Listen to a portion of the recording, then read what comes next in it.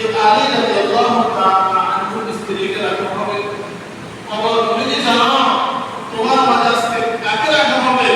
ওই জান্নাতের যুবক, দুই যুবকের সর্দার, দুইজন সর্দার যুবকদের হযরত হাসান এবং হুসাইন রাদিয়াল্লাহু তাআলা আনহু তাদের আম্মা জানকে রাখা হবে। আবার বলেন কবর তুমি কি জানো আজকে তোমার মাঝে কাকে রাখা হবে? সাইয়্যিদুল মুরসালিন খাতামুন নবিয়্যিন রাহমাতাল লিল আলামিন নবী মুহাম্মদ রাসূলুল্লাহ সাল্লাল্লাহু আলাইহি ওয়াসাল্লামের পরিচয় টুকরা ফাতিমা যাহরা রাদিয়াল্লাহু তাআলা আনহাকে রাখা হবে। সাবধান বেয়াদবি কইরো না। কে বলতেছে? আবু যর গিফারি রাদিয়াল্লাহু তাআলা। আল্লাহ তাআলা কবরের জবান খুলে দিয়েছেন। কবর বলতেছে আবু যর গিফারি, হে আবু যর গিফারি, আমি আল্লাহর নবীর কন্যা ফাতিমাকে চিনি না, আমি হাসান হুসাইনের আম্মাকেও চিনি না, হ্যাঁ আমি আলীর স্ত্রীকেও চিনি না, আমি জান্নাতের সর্দারনি ফাতিমা যাহরা তাকেও চিনি না। আমি তোমার এমন এক বস্তু যে আল্লাহ তাআলার নেক আমল নিয়ে আমার কাছে আসবে, আমি তার জন্য প্রশস্ত হয়ে যাব। আর যার কাছে নেক আমল থাকবে না, যার জিন্দেগি শুধু গুনাহ গুনাহ, যার জিন্দেগি শুধু বদআমল, আমি তার জন্য আযাব হয়ে যাব। আমি তোমার এমন ভাবে নদীর থেকে তাকে চাপ দেব, তার এক ফসল আরেক ফসল ভিতরে ঢুকে যাবে। নাউযুবিল্লাহ। আমি তার জন্য জাহান্নামের গর্ত হয়ে যাব।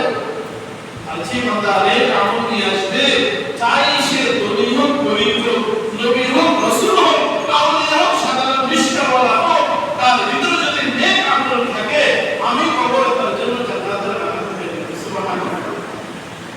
হ্যাঁ, তিনারা জান্নাতের সুসংবাদ প্রাপ্ত, তিনারা জান্নাতের সুসংবাদ প্রাপ্ত দুনিয়া থেকে তাদের ব্যাপারে বন্ধু কবরে কথাগুলো বললেন। আর আমি আপনি, হ্যাঁ আমি আপনাকে কোথায়, আমি আপনাকে কোথায় কেন দুনিয়াতে বাধা করি? হ্যাঁ, এত অহংকার। আমাদের আগে তো অনেক প্রভাবশালী নেতারা দুনিয়া ছিল। এই সমাজের আগে আরো বহু সমাজ গেছে, এই সমাজের আগে আরো বহু সমাজ গেছে আদম আলাইহিস সালাম পর্যন্ত। হ্যাঁ, তারা তো অনেক প্রভাবশালী ছিলেন। কোথায় তারা আজকে? এই জন্য দুনিয়া প্রভাবের জায়গা নয়, দুনিয়ার অবস্থা আমার গোলামের জায়গা। দুনিয়া কিসের জায়গা? আমার গোলামের জায়গা। তোমরা সবাই গোলাম, তোমরা সবাই কি গোলাম একমাত্র আল্লাহ তাআলা। হ্যাঁ, দুনিয়ায় কেউ বাহাদুর না, দুনিয়ায় সবাই আমার গোলাম।